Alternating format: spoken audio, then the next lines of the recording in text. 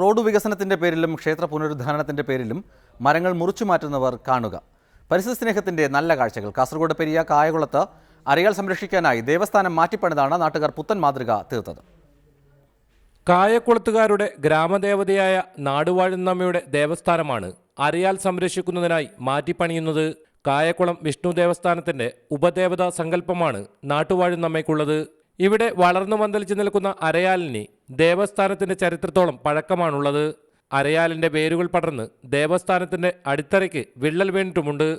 കളിയാട്ടക്കാലത്ത് ദേവസ്ഥാനത്തിന് മുന്നിൽ നാടുവാഴുന്നമ്മയ്ക്ക് കെട്ടിയാടാനുള്ള സ്ഥലവും അരയാലിന്റെ വളർച്ചയോടെ ഇല്ലാതായി.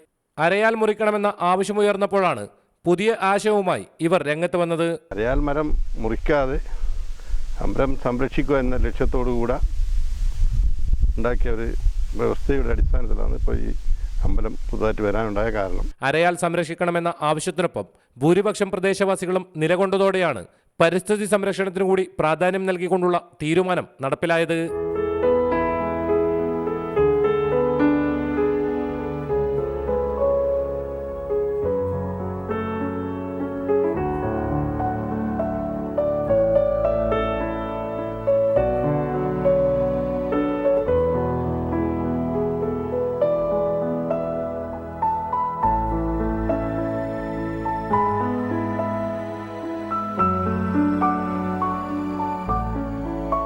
റിപ്പോർട്ടർ, കാസർഗോഡ്.